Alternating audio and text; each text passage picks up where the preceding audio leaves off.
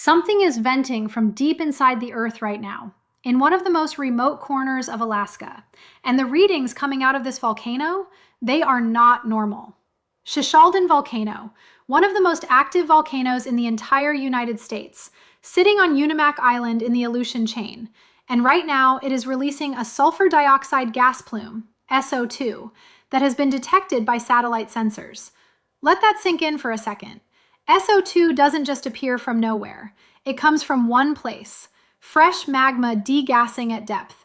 And further into this video, I will explain exactly what that means, because SO2 is not just a chemical signal. It is a message from inside the Earth.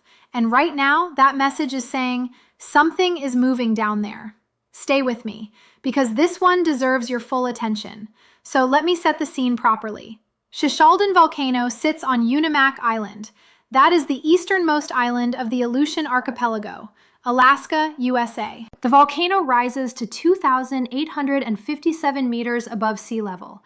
That is 9,373 feet. It is one of the most symmetrical and visually striking stratovolcanoes on the entire planet.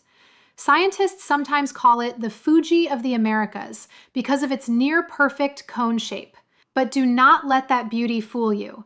This volcano has a violent and very well-documented history. The Alaska Volcano Observatory, the AVO, has been monitoring Shishaldin closely, and right now their instruments are showing elevated unrest. The SO2 plume detected by satellite is the key signal. TROPOMI, that is the tropospheric monitoring instrument aboard the European Sentinel-5P satellite, has been picking up sulfur dioxide emissions from the volcano. These are not trace background readings. These are elevated values that indicate active degassing from a magmatic source. At the same time, the AVO has been tracking elevated surface temperatures at the summit crater. Thermal anomalies, that is the technical term, showing heat radiating from inside the vent. Seismic monitoring stations on and around Unimak Island are recording tremor activity, elevated, persistent, consistent with fluid movement inside the volcanic system. And webcam imagery when weather clears, because Shishaldin sits in one of the foggiest, cloudiest, most weather-obscured regions on Earth, shows ongoing steam and gas emissions rising from the crater. The AVO has this volcano on elevated watch status, and when the AVO watches Shishaldin closely, you pay attention, because this volcano has a way of escalating very quickly. Further into this video, I'll explain exactly why.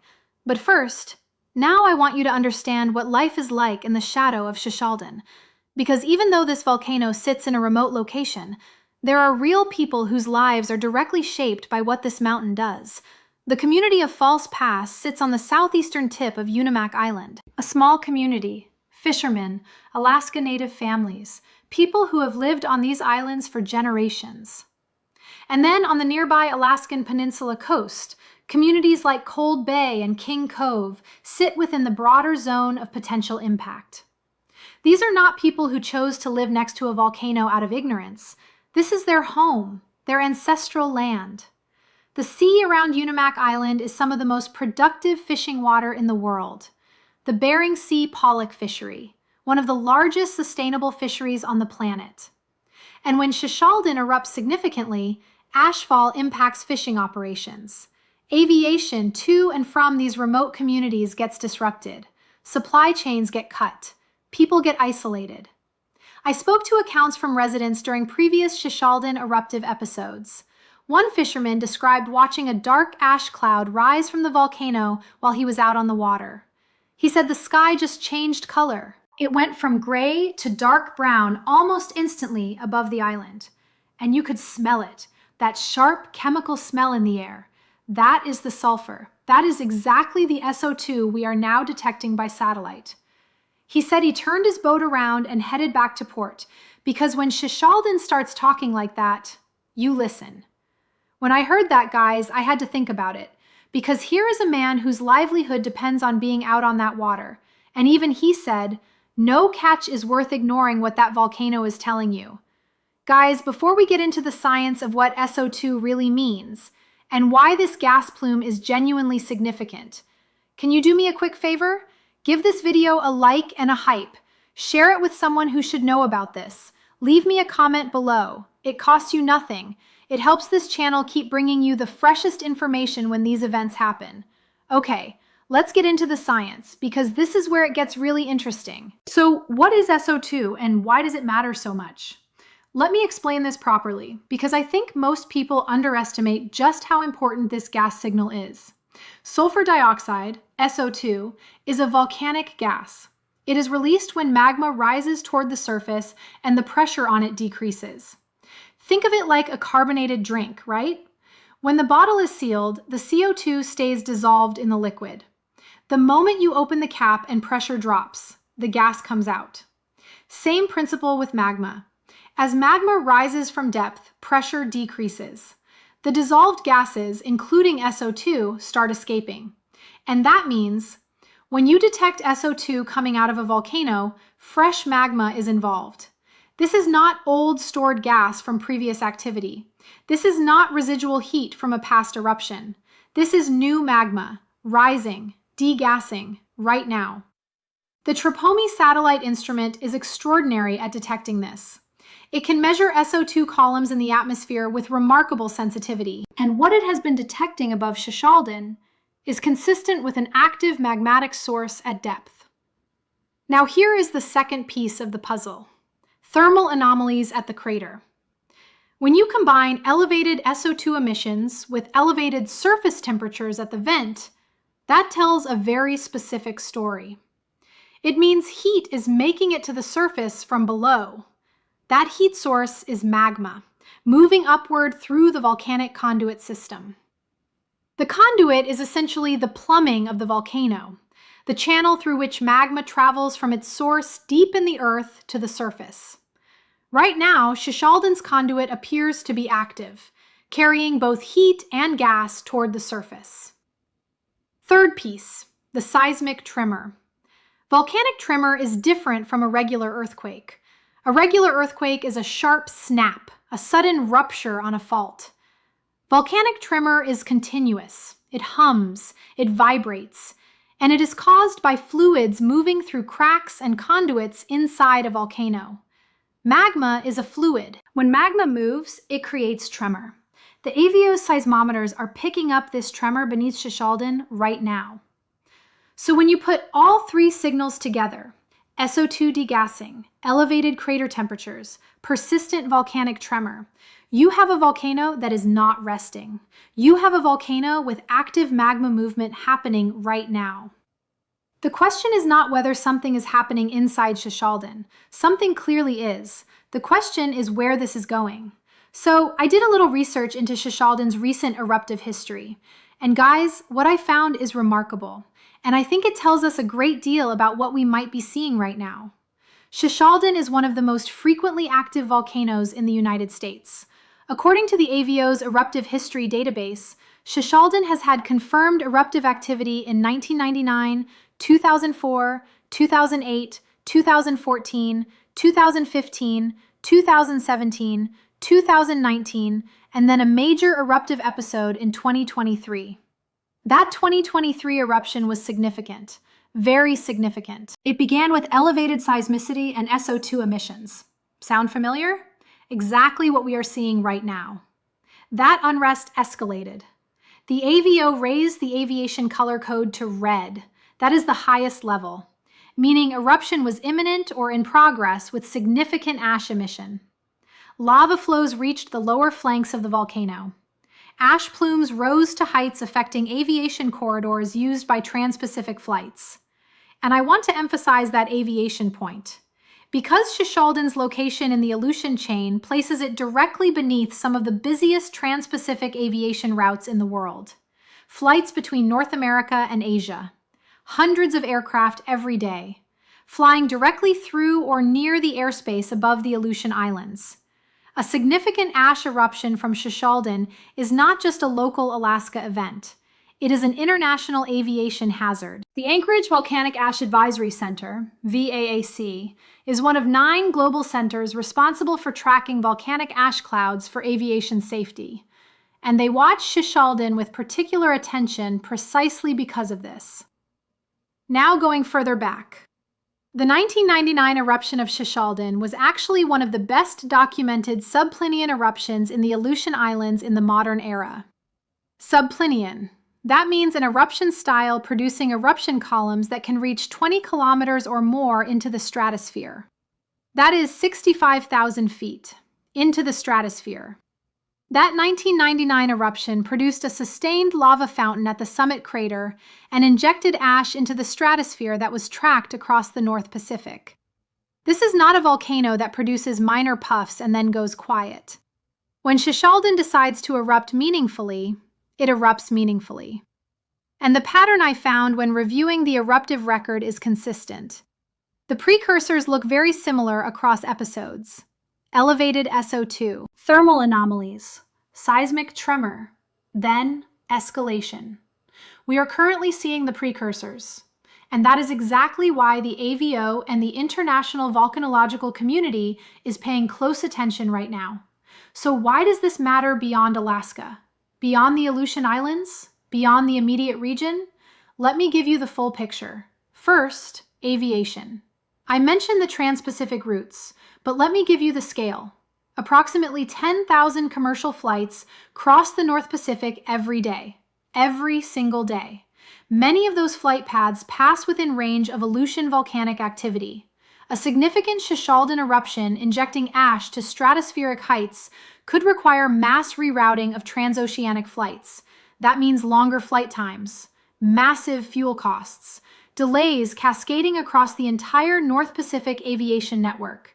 We saw what Eyjafjallajökull in Iceland did to European aviation in 2010, a relatively modest eruption. It grounded over 100,000 flights, stranded millions of passengers, cost the aviation industry an estimated $1.3 billion in just 6 days. Shishaldin is a more powerful volcanic system than Eyjafjallajökull, and it sits beneath more heavily trafficked airspace. Let that sink in. Second, the broader Aleutian volcanic arc context.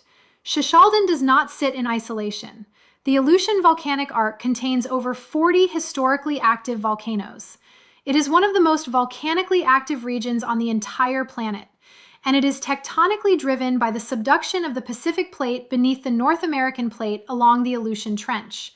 That trench, the Aleutian Trench, is one of the deepest oceanic trenches on Earth.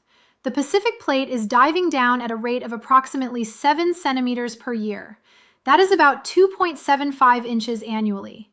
As it descends, it heats up. It releases fluids.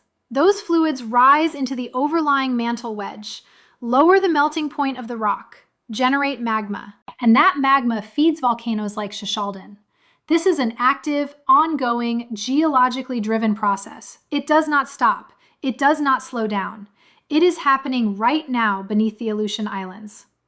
And Shishaldin sits directly above one of the most productive magma generation zones in this entire arc system. Third, the tsunami potential. This is the part that people rarely talk about with Aleutian volcanoes, but it is very real.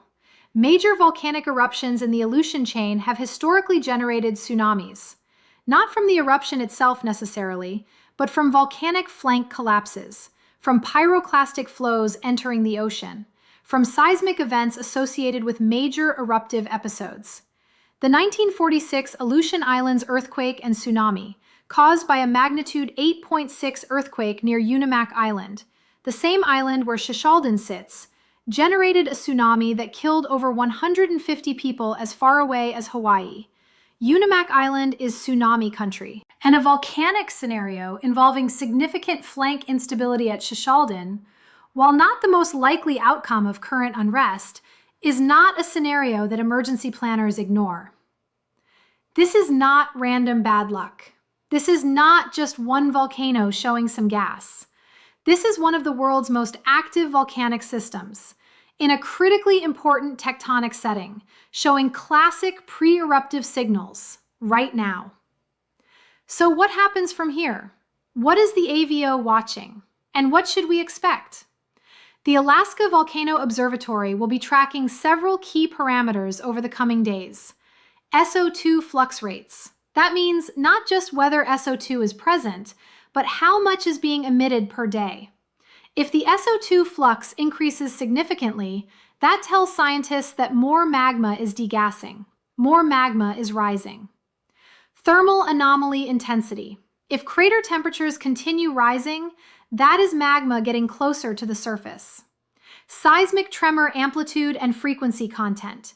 If tremor intensity increases, or if the frequency signature changes in ways consistent with shallow magma movement, that is a critical escalation signal. Eruption column observations.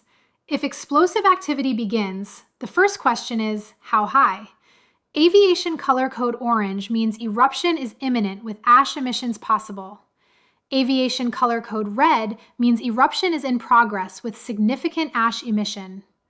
Right now, the AVO has Shishaldin on watch status, but given the combination of signals we are seeing, SO2 plume detected by satellite, thermal anomalies at the crater, persistent seismic tremor, the possibility of escalation to orange or red aviation color code in the coming days or weeks is real. And I want to be precise here. Volcanoes do not always follow a predictable escalation path. Sometimes unrest builds and then subsides without a major eruption. Shishaldin has done this before. Unrest episodes that build to a certain level and then quiet down. But Shishaldin has also escalated very rapidly. The 2023 episode went from elevated unrest to lava flows in a matter of weeks. And the precursor signals for that episode looked very similar to what we are seeing now. That comparison, I cannot and should not overstate it. Every volcanic episode is different. The timing, the scale, the outcome. These require continuous monitoring to assess. But what I can tell you is this. The AVO is not watching Shishaldin casually right now. They are watching it closely. Their instruments are telling them something is happening. And when instruments built specifically to detect the early warning signs of volcanic eruption start recording elevated signals across multiple parameters simultaneously, you take that seriously. Guys, I hope this gave you the full picture of what is happening at Shishaldin right now. Not just a gas reading, not just a satellite detection, but the real story behind it. The magma, the history, the aviation risk, the tectonic setting, the real stakes for real people. There is so much more connected to this. The broader Aleutian volcanic arc, what the Pacific plate subduction is doing beneath Alaska right now. All of that is in the end screen. Go check it out. If you want to support the channel, you know how it works. I don't want to do a brand thing here. A coffee means a lot.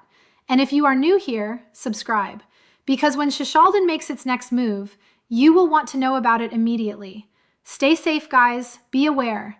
Know what is happening beneath your feet and above your head. Bye-bye.